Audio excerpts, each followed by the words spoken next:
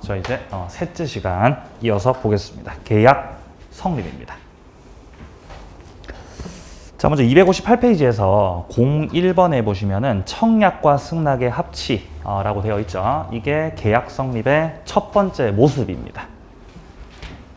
계약 성립의 첫 번째 모습이 세 가지예요. 자, 첫 번째 계약 성립의 모습은 청약 승낙의 합치. 자, 한 장 넘기시면은 교차 청약이라고 하는 거 나오고요. 3번에 의사 실현이라고 하는 것도 나오죠. 이것들은 이제 두 번째 모습, 세 번째 모습이에요. 자, 교차 청약과 의사 실현은 조문만 확인하면 되기 때문에 요거 먼저 보고 청약 승낙 보겠습니다. 자, 먼저 교차 청약이라고 하는 겁니다. 이 교차 청약은 청약이 교차된 겁니다. 청약이 교차가 되었다. 자, 갑이라는 사람이 을한테 청약을 했어요. 갑이 을한테 청약을 했다. 자, 청약의 내용은 어떤 내용들이었냐면요. 예를 들어 학원에서 출판사한테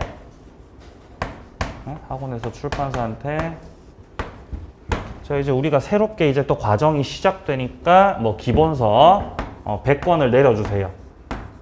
민법 100권을 보내주시기 바랍니다. 라고 이제 청약을 했다는 것입니다. 근데 출판사에서 그런 내용을 모르고 청약했다는 걸 모르고 출판사도 청약을 한 거예요. 출판사도 청약.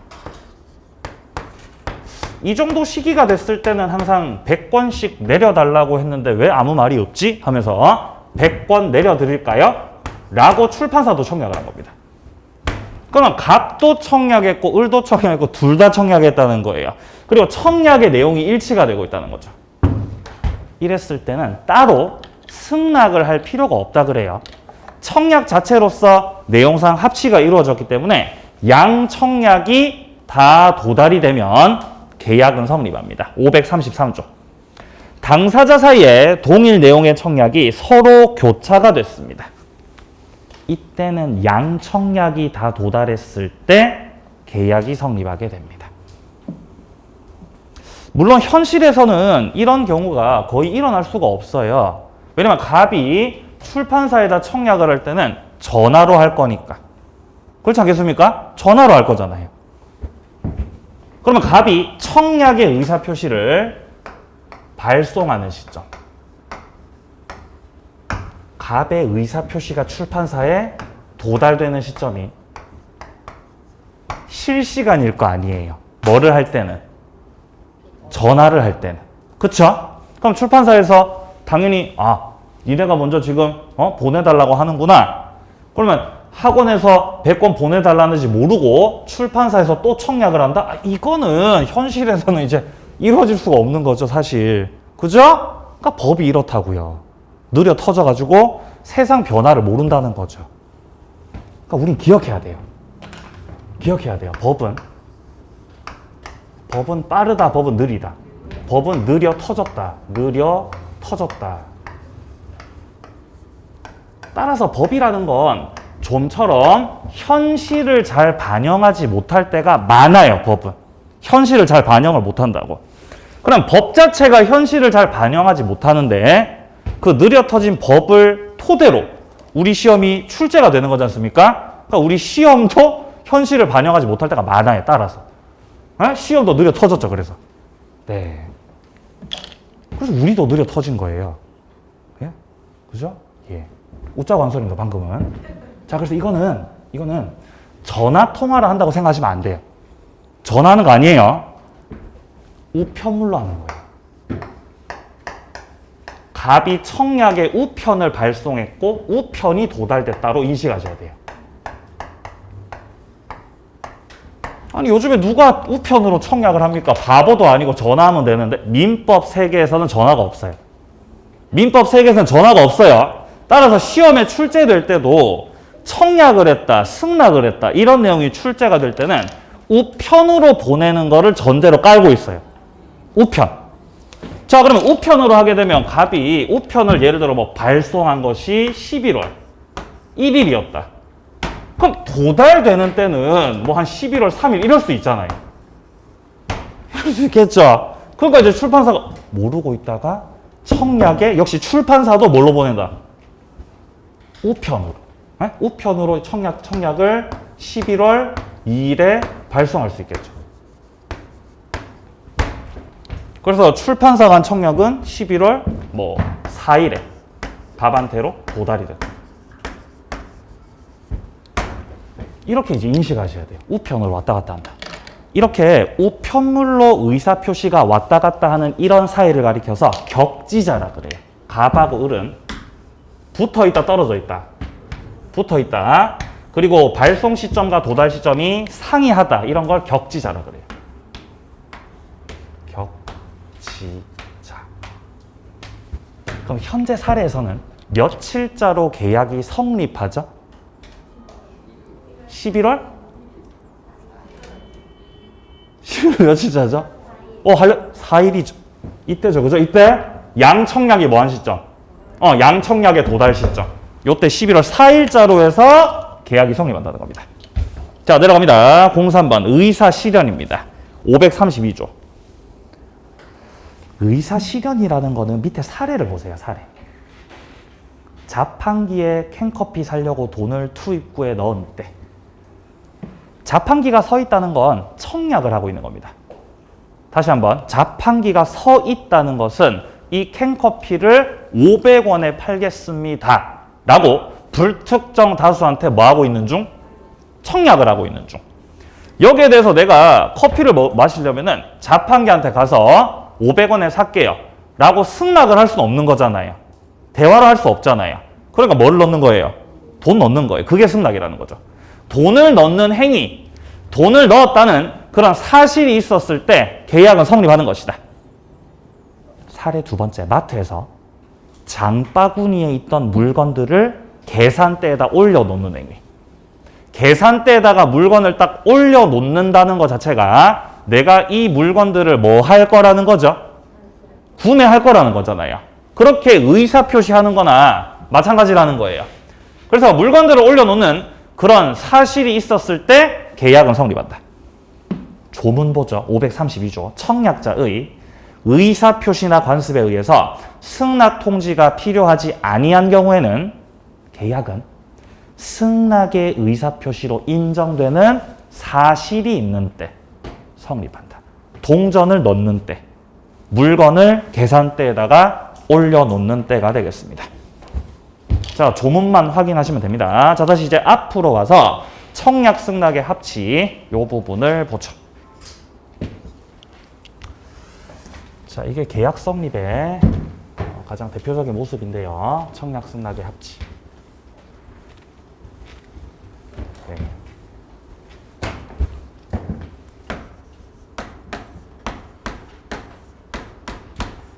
청약. 자, 일단 청약이라고 하는 거는요. 구체적이고 확정적이어야 된다. 구체적이고 확정적이어야 한다.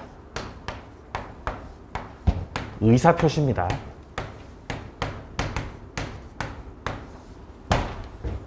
자, 그리고 두 번째, 청약의 상대방을 봤을 때 꼭 특정인에게 청약을 할 필요는 없고 불특정 다수를 상대로도 청약을 할 수 있다. 불특정 다수에게 청약하는 것이 가능하다. 자, 세 번째, 청약의 효력이 생기는 건 의사표시가 상대방한테 도착이 된 때다. 그게 바로 도달주의라는 거예요. 도달주의. 아까 전에 우편물 왔다 갔다 하는 사이를 땡땡자라 그랬죠? 무슨 자라 그랬어요? 격지자. 우편물로 왔다 갔다 하는 사이를 격지자라고 하고요. 전화 통화하는 사이. 여러분들과 저의 사이. 제가 뭔가 의사표시를 따겠을 때 여러분들 귀에 바로바로 들어오죠? 이런 의사표시 발송과 도달 시점이 실시간인 관계를 대화자라 그래요. 대화자. 현재 대면을 하고 있거나 아니면 전화통화 연결됐다면은 이거를 대화자라고 봐야죠. 청약에서는 대화자가 됐든 격지자가 됐든 의사표시가 뭐가 된 때 계약은 성립한다고요? 도달된 때. 이때 계약이 성립한다는 거죠. 책 봅니다. 오른쪽. 자, 파란 색깔 2번 보세요. 청약이라고 하는 거 하고 청약의 유인이라고 하는 거는 좀 달라요. 일단 첫 번째로 청약이라는 건 구체적인 의사표시라 그랬습니다. 구체적이다. 여기서 구체적이라는 거는 뭔가 가격 제시하고 있다는 뜻이에요. 가격을 제시하고 있다.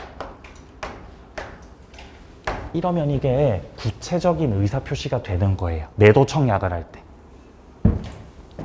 그럼 청약처럼 보이지만 가격을 제시하지 않는다면 이건 구체적입니다. 구체적이지 않습니다. 구체적이지 않다는 거예요. 이러면 구체적으로 의사표시를 하는 게 아니에요. 이런 건 청약이 아니라 청약의 유인입니다.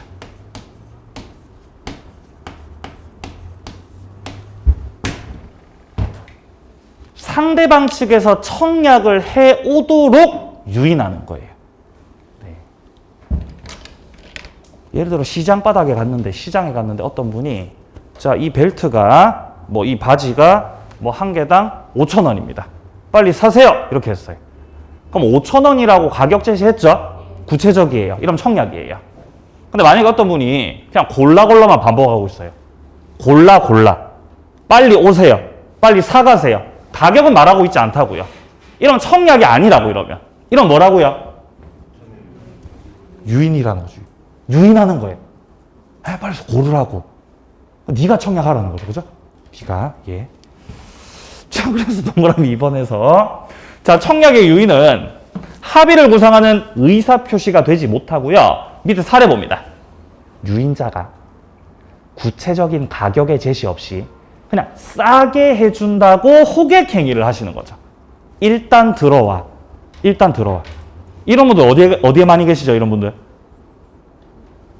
예? 식당 앞에. 예? 관광지 식당 앞에 이런 분들 계시잖아요. 빨리 들어오라고. 많이 보시지 않으세요? 가격은 얘기해야 안 해요.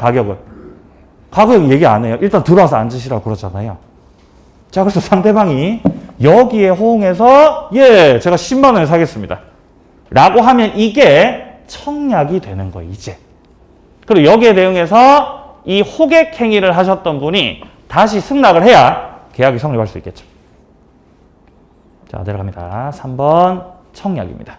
상대방 불특정 다수한테도 효력이 있다라고 되어 있죠. 자, 근데 승낙은요. 자, 승낙 같은 경우는 승낙도 내나 이제 계약을 성립시켜야 되니까 구체적이고 확정적이다라는 건 똑같아요. 저 앞에 청약하고 똑같아요. 구체적, 확정적 의사표시다. 자, 근데 차이가 있다면 이 승낙은요. 불특정 다수에게는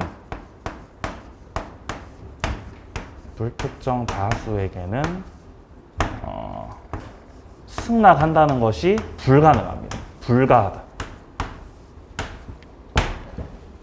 승낙이라는 건 나한테 청약을 했던 그 사람한테 해야 되는 거예요.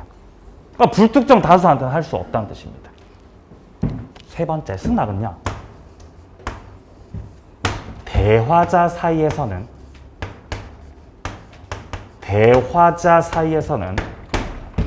도달주의를 취한다는 점에서 청약하고 별 차이가 없어요. 근데 대화자 말고 격지자일 때는 도달주의를 취하지 않고 발신주의를 예외적으로 취하고 있습니다. 따라서 청약에서는 싹 다 도달주의였는데 그리고 승낙에서의 대화자도 도달주의였는데 격지자가 발신주의라서 이거를 물어보는 거예요, 시험에서. 그래서 기억하세요. 격지자 사이에서는 자, 격지자는 전화 통화하는 거요, 우편으로 보내는 거요? 우편으로 보내는 사이에서는 승낙의 의사표시는 효력이 생기는 시점이 의사표시가 도달된 때, 발송된 때.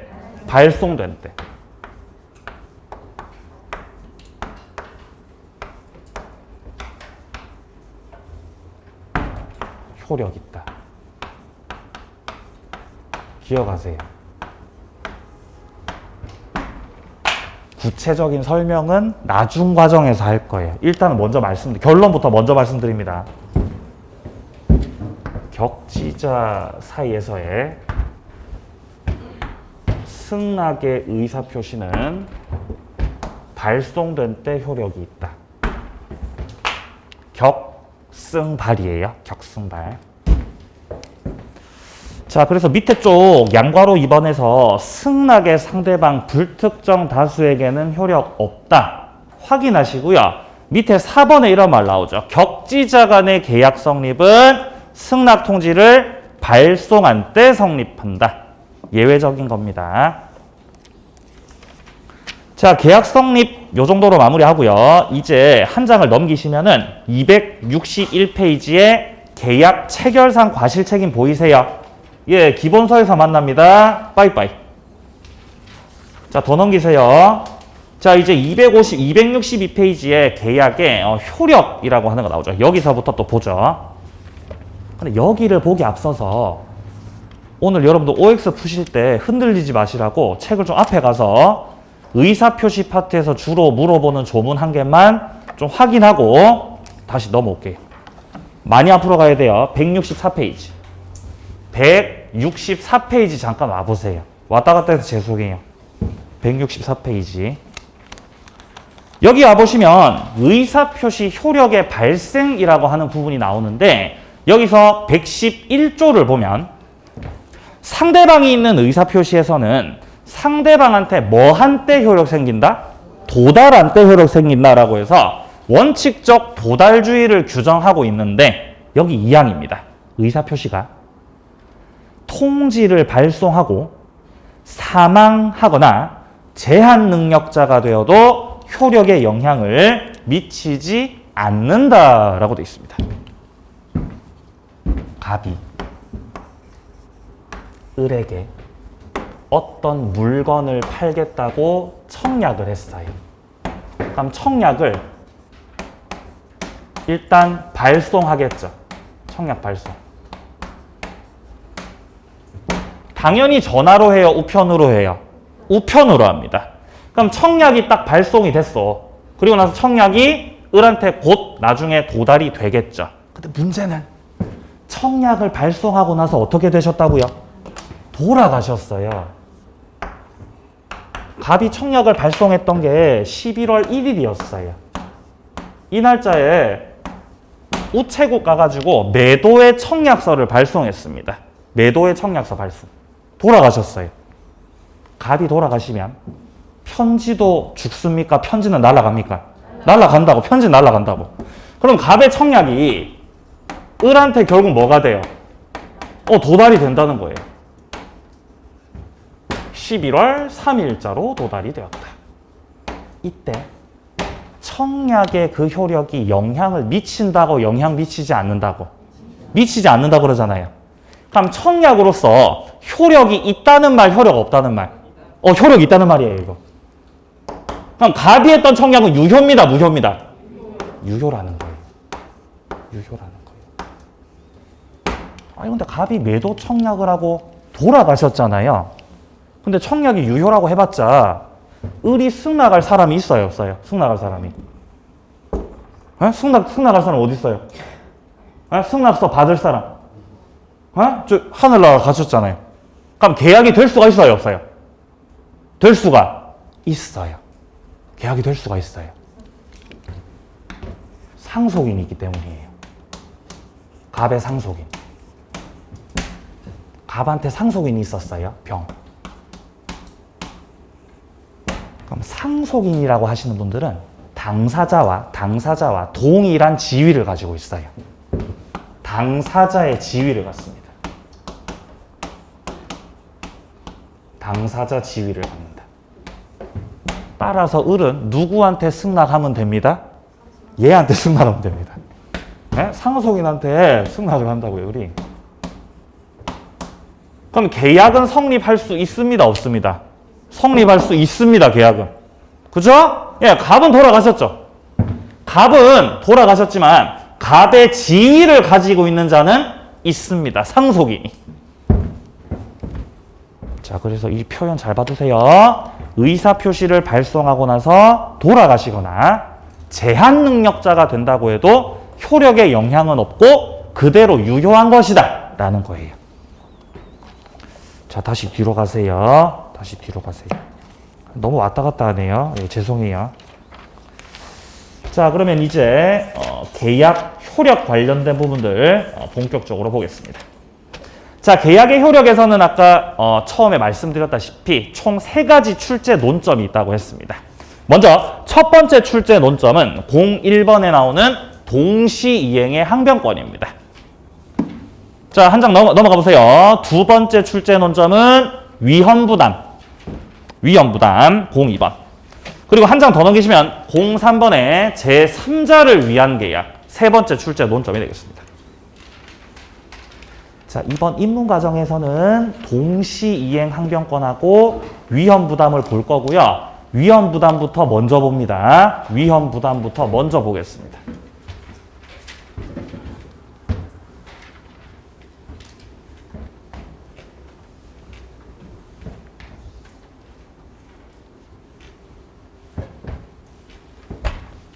자, 갑은 매도인입니다. 자, 갑은 매도인. 갑은 건물을 팔기로 했어요. 갑은 건물을 팔기로 했다. 을에게 팔기로 했다. 을은 따라서 매수인이겠죠. 자, 을은 갑의 건물을 6억에 매수하기로 했다. 6억에. 이렇게 매수하기로 했던 거예요. 그럼 일단 매매계약서를 작성하고 일단 매수인 측에서 주로 뭐를 주죠? 계약금 주지 않습니까? 계약금? 계약금 몇 퍼센트 줘요? 예, 10% 맞아요. 6천만 원. 계약금 6천만 원. 자, 계약금 6천만 원 드리고, 그리고 중도금을 3억을 드렸어요. 자, 그럼 이제 나머지 잔금 2억 4천이 남아있는 상황이죠. 이제 잔금 2억 4천을 갑한테 드리고 이제 이전 등기 받아오면 이제 계약이 끝나겠습니다. 자, 자, 을이 잔금을 지급하기로 했던 날이 그렇게 약속했던 게 11월 15일이었어요. 그래서 을이 잔금을 주려고 이제 준비를 하고 있었습니다. 돈을 마련하려고. 근데 어느 날 갑자기 11월 한 12일이 됐을 때 11월 12일이 됐을 때 건물이 부셔진 거예요. 건물이 멸실돼 버린 거예요. 태풍이 쳤거든요. 태풍과 지진을 동반하여 건물이 부셔져 버린 거예요. 그럼 을이 여기서 잔금을 갑한테 갖다 준다고 해봤자 갑은 을한테 건물을 넘겨줄 수가 있어요, 없어요? 건물을 넘겨줄 수가 없어요. 이런 걸 뭐라고 하냐면은 불능이라 그래요. 갑은 채무를 이행할 수 있다, 채무를 이행할 수 없다. 채무를 이행할 수 없다. 불능이라는 겁니다. 계약이 체결되고 나서 불능이 됐으니까 이런 걸 후발적인 불능이라 그래. 후발적인 불능이 되었다. 그러면 갑하고 을 중에서 누구한테 책임이 있는 거죠? 이거 어떻게 해야 되는 거예요? 누구한테 책임이 있어요? 건물 부셔진 거에 대해서. 누구 잘못이에요? 둘 다 잘못 없어요. 둘 다 잘못 없죠? 태풍이 잘못한 거죠. 그죠? 태풍이 잘못한 거죠. 천재지변으로 인해서 이런 불가항력적인 원인으로 인해서 건물이 멸실된 것이기 때문에 갑도 그렇고 을도 그렇고 둘 다 책임은 없는 겁니다. 이랬을 때 이거를 어떻게 해결해야 되는 것이냐? 일단 계약을 더 이상 진행할 수가 없지 않습니까? 그러니까 우리 민법에서는 어떻게 규정하고 있냐면은 이때 자, 위험 부담의 원칙은요. 무자 위험 부담주의라고 합니다. 채무자가 위험을 손해를 다 떠안습니다. 이 뜻이에요. 여기서 말하는 채무자는 갑을 말해요.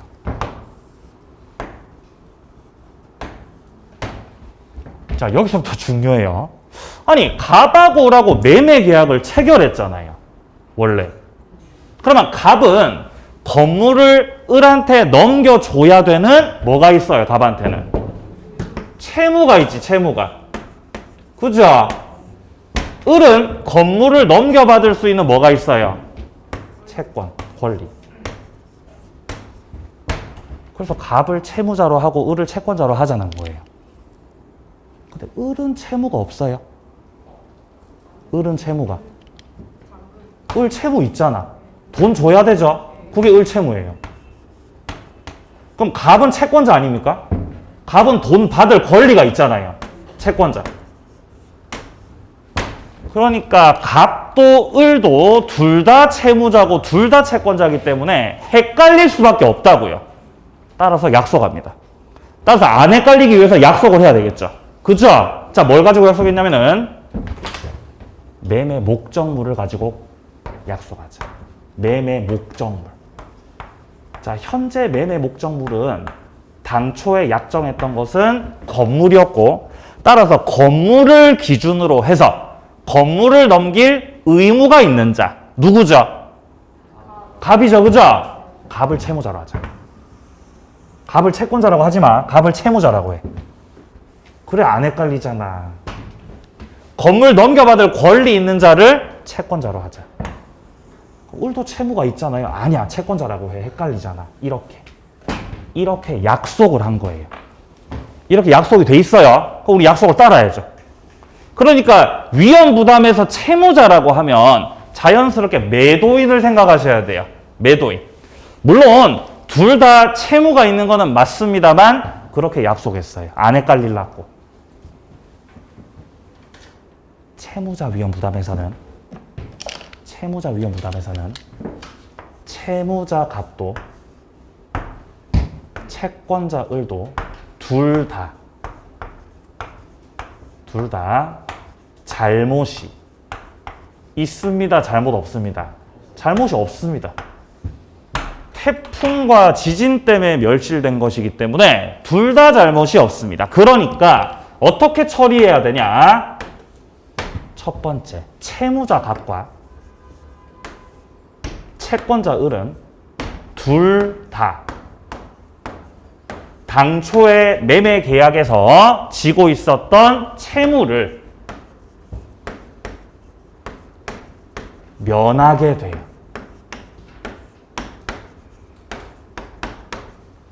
갑은 을한테 건물 넘길 채무가 없어지고 을은 갑한테 대금 지급할 채무가 없어지고 매매 계약은 없었던 것으로 이렇게 처리가 돼야 되겠죠. 따라서 두 번째, 채무자 갑은 채권자 을을 상대로 해서 건물에 대해서 대금을 달라고 청구할 수 있습니다, 없습니다? 청구할 수 없습니다. 둘 다 채무를 면하고 그렇게 끝냈습니다. 세 번째, 을이 이미 지급했던 계약금이나 중도금 갑이 받았었죠? 갑이라 어떻게 해야 될까요? 돌려줘야죠. 그죠? 자, 따라서 계약금이나 중도금을 받았던 갑은 부당이득 반환의 의무가 있다. 이렇게 세 가지예요. 이게 채무자 위험 부담주의입니다. 그럼 결론적으로 주택이 아니라 건물은 일단 멸실이 됐고 갑은 을한테 돈 달라고 할 수가 없으니 결국 멸실된 그 건물에 대한 손해, 위험을 누가 떠안게 된 거예요. 누가 떠안았죠? 갑이 떠안았잖아요. 그러니까 무슨 위험 부담이라는 거예요? 채무자 위험 부담. 채무자 위험 부담. 이게 위험 부담의 원칙이에요. 확인해 보죠.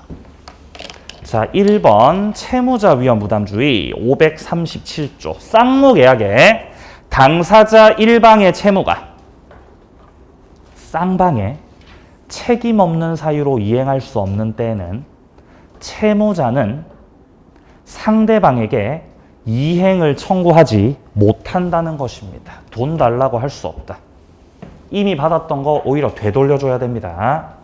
자, 내려가서 도해는 보시면 되고요. 도해 밑에 쪽 보시면 쌍무계약에서 한쪽의 채무가 채무자의 책임 없는 사유, 잘못이 없다는 겁니다.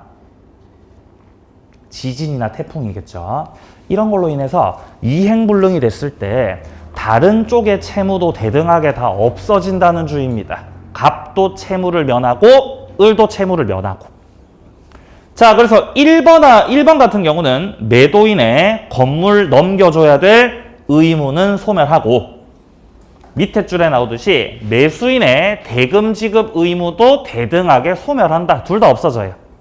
따라서 2번 매도인은 매수인에 대해서 대금을 청구할 수 없는 것이다. 돈 달라고 못해요.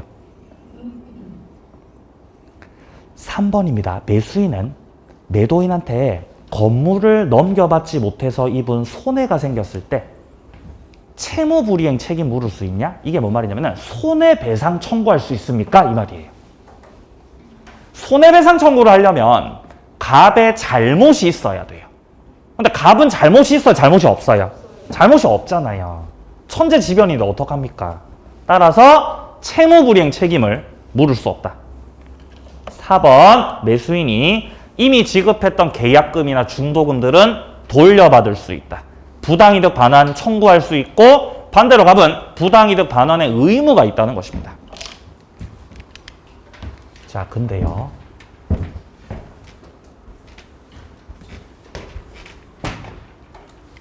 (11월 12일에) 건물이 부셔졌어요. 을이 잔금을 지급하기로 했던 건 11월 15일이었어요. 근데 이랬던 거예요. 자, 건물이 말짱하게 잘 있었는데 을이 갑한테 부탁했던 거예요. 아, 선생님, 제가 이번에 개모임 하는데 여기 잠깐 미리 들어가서 제가 진짜 딱 하루만 제가 사용할게요. 어차피 제가 이제 나중에 한 3일 있다가 잔금 드리고 어차피 등기 가져올 거니까 하루 먼저 써도 괜찮잖아요. 라고 얘기했던 거예요. 뭔 상인지 아시겠어요? 하루만 쓸게, 하루만. 펜션처럼. 좋잖아. 고기도 구워 먹고. 에? 이렇게 했던 거예요. 그래서 갑이 알겠다고 한 거예요. 그렇게 하시라고. 그래서 들어가서 사용했던 거예요. 근데 거기서 화재가 난 거예요.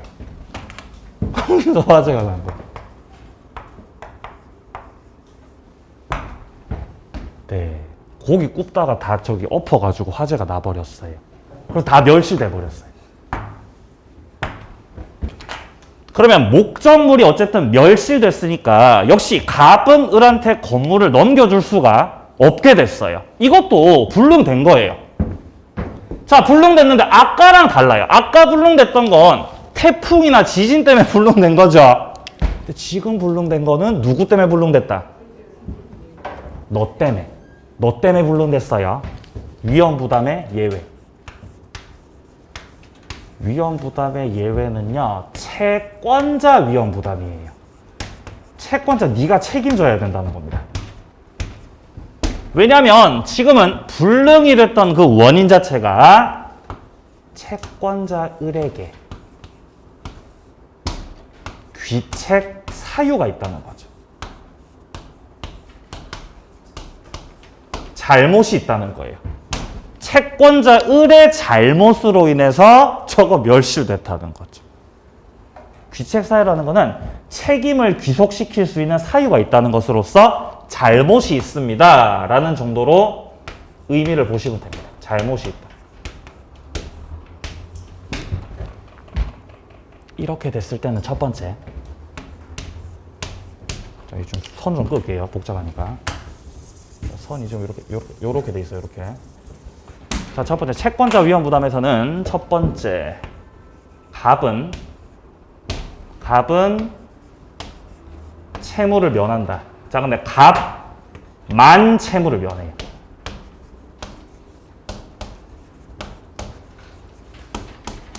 채무자 위험 부담에서는 갑하고 을하고 둘 다 채무를 면했었죠. 채권자 위험 부담에서는 갑만 채무를 면해요. 네가 건물 부셨으니까.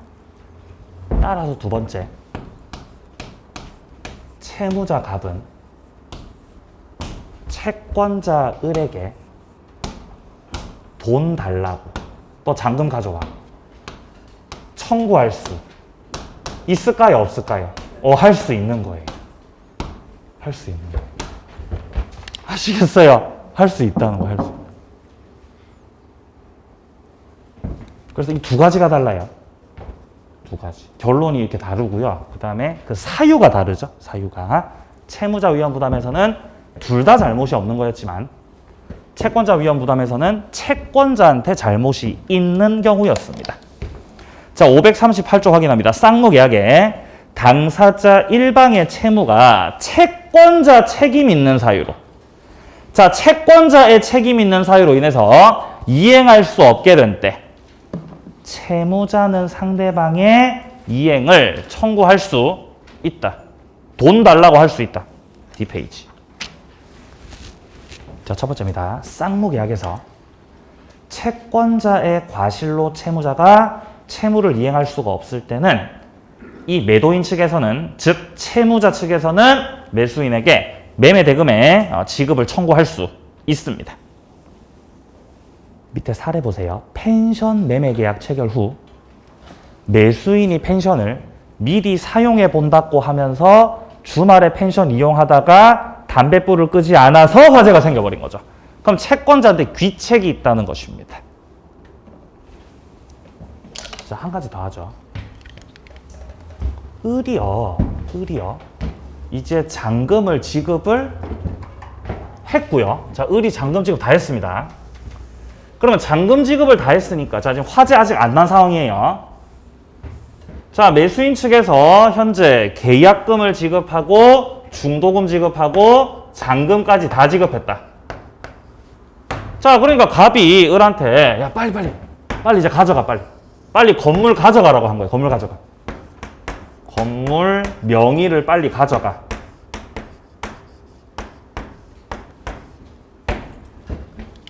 근데 을이 안 가져가는 거예요. 을이 명의를 안 가져가는 거예요. 왜냐하면 지금 5월 30일이거든요. 네? 지금 5월 30일이니까 6월달 돼서 내가 가져가겠다는 거예요. 왜 그렇게 하는 거죠? 재산세 때문에. 그죠? 재산세 때문에. 좀만 있다가 있어요. 좀만 있다가. 그럼 갑은 급하죠. 빨리 가져가라고. 을은 죄송합니다. 제가 머리가 아파서 요새 코로나 때문에 죄송합니다. 다음 주에 만납시다. 이러면서 계속 미루고 있었다고요. 이런 걸 수령지체라 그래요. 안 받고 있다. 수령을 지체하고 있다. 그러다가 태풍 쳤어요. 자, 그러다가 태풍이 쳐가지고 말짱했던 그 건물이 멸실돼버린 거지. 불능이 돼버린 것이에요. 그럼 이거는 누구 때문에 건물이 멸실돼버린 거죠? 을 때문입니까? 아니에요. 태풍 때문이에요. 태풍 때문에 멸실된 거 맞습니까? 태풍 때문에 멸실된 거잖아요. 태풍 때문에.